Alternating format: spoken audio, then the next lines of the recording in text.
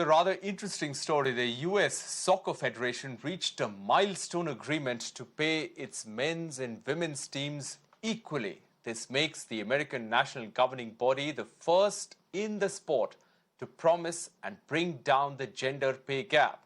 The new pay deals will see both the US men's and women's soccer teams get equal payment for the upcoming FIFA World Cup.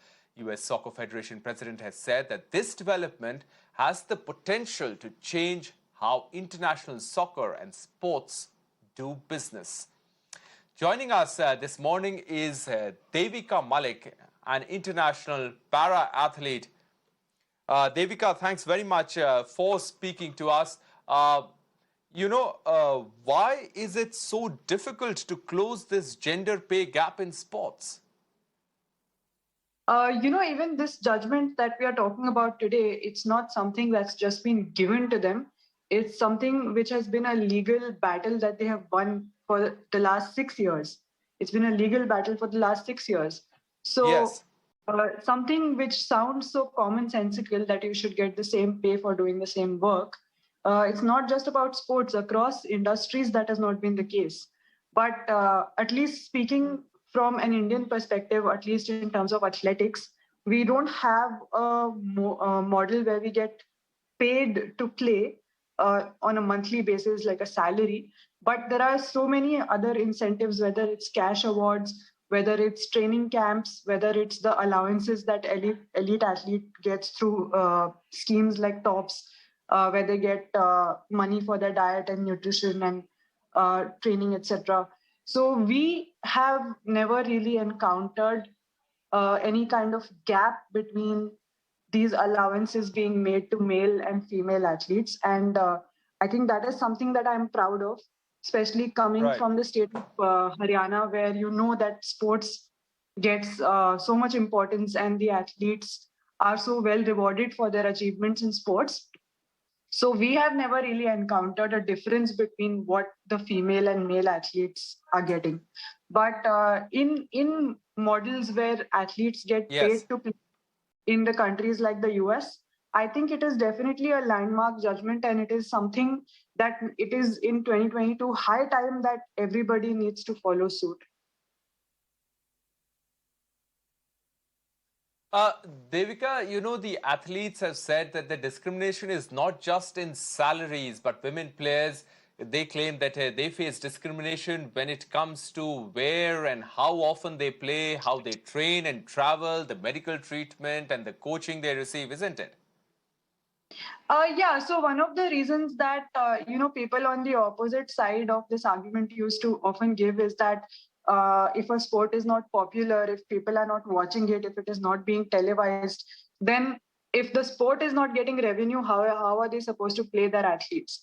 But even if you go by that argument, I think that landscape is also fast changing now, because we have observed, even if you take the case of the women's soccer team in the US itself, they are actually more successful than the male counterparts in terms of their achievements. And also now the landscape is changing and women's sport are getting more and more importance and more viewership as well.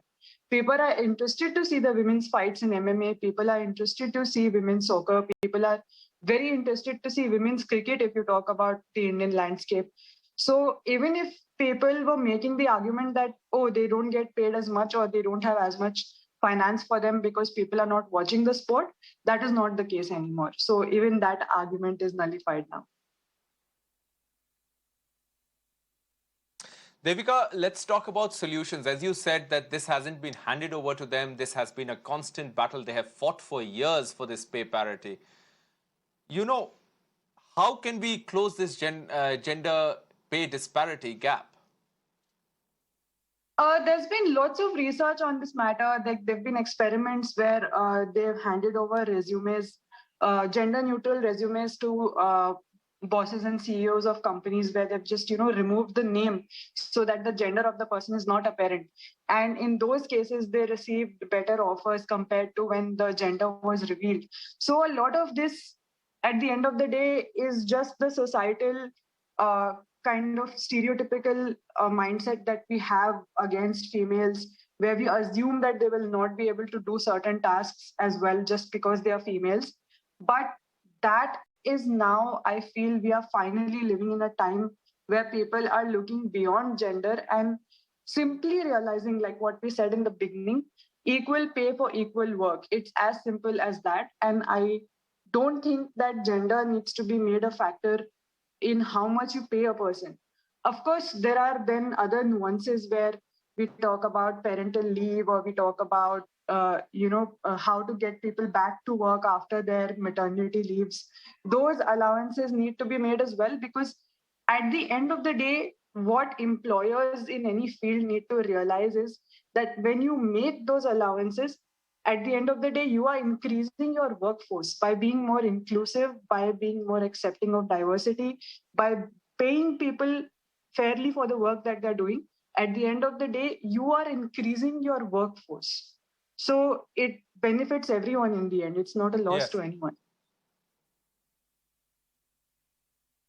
All right, equal pay for equal work. Thanks, Devika, for joining us with your perspective on this. So, for 6 years, the members of the World Cup winning United States women's soccer team and their bosses argued about equitable treatment of female players.